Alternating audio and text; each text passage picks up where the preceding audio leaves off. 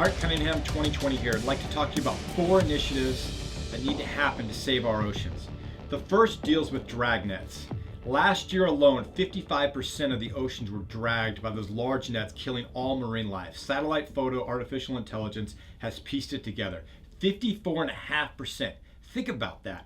When you look at the curvature of the Earth, you can only see 15 miles because of the arc. You can't even see some of these boats. How are they attacking our oceans with such aggressiveness? Those large nets, they kill everything in their sight. 90% of all wildlife has died in the oceans over the last 100 years. What is going to be left for our future generations? What is going to be left for mankind in general? Big problem, number one. Number two, oil and gas leaks continue to happen. Before, different administrations 5-6 years ago, they would be on national news. We would take precautions. We would have different cleanups, insurance policies. People would be out there. Now they happen, it's no big thing. It's like the extinction of animals. We become a blind eye because of the continuance of this. And we're locked into social media, our own needs. A lot of us are desperate for that next check, that next meal, the next shower. Homelessness is on the rise. There's just so many factors that are happening that are causing the decline of civil rights, environmental issues, that oil and gas leaks are not even a priority now. And that doesn't just include the oceans. We'll talk about fracking and other things in other videos.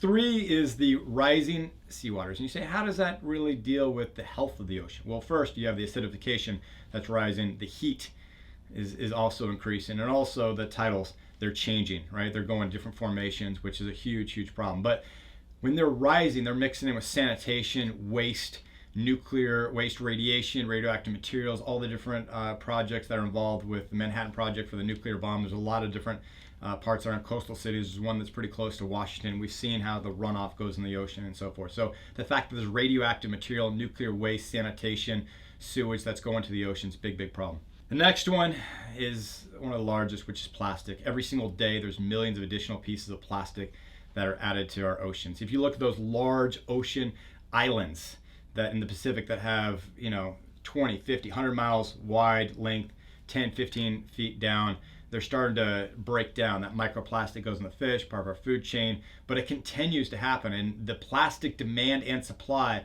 are only increasing.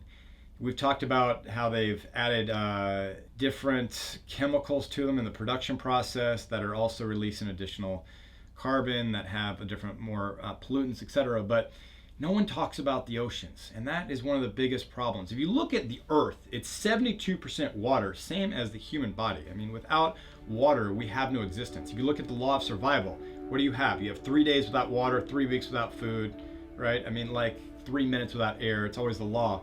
Water, we have to have more of it. The desalinization that's currently happening is one issue that a lot of people are discussing, because that's also having ramifications on the wildlife, especially in the inner side where people are doing that. You look at what's happening in South Africa, it's starting to happen in some parts of the United States, third world countries. We're burning carbon to actually remove the salt and allow people to have fresh water, because only 3 or 4% of the water on Earth is actually able to be drank and consumed by humans at this point. So big focuses. These are 4 of hundreds of different issues that I talk about on our videos about trying to protect the marine wildlife to be able to help our ocean survive for future generations and mankind. So let's get out there, let's make a difference, let's use our voices, and most importantly, in the private sector, speak up, change your buying habits, look at how you interact with the environment, take pride in our Earth. Hart Cunningham, 2020, grateful for the time.